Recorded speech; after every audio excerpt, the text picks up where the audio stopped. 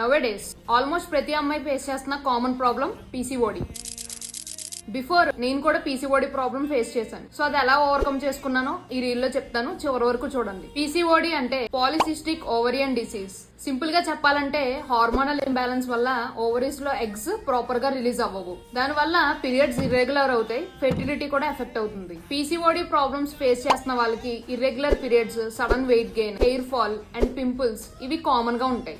PCOD రావడానికి reason ఏంటంటే stress, junk food, lack of exercise and lack of sleep. But good news ఏంటంటే early life style corrections చేసుకోవడం ద్వారా problem ని control చేయొచ్చు అండ్ ఓవర్కమ్ కూడా చేయొచ్చు. మెడిసిన్ మీద డిపెండ్ అయితే పీసీఓడి కంట్రోల్ చేయలేం. Lifestyle changes is the key. నేను పీసీఓడి ఎలా ఓవర్కమ్ చేసుకున్నానో ఒక పీడిఎఫ్ లో ఇంక్లూడ్ చేశాను.